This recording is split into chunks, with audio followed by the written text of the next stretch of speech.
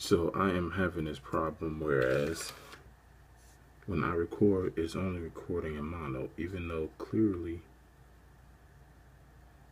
according to my settings, I'm in stereo and I'm using the Coedit Pro. I don't know how to change it, so I'll show y'all what I'm talking about.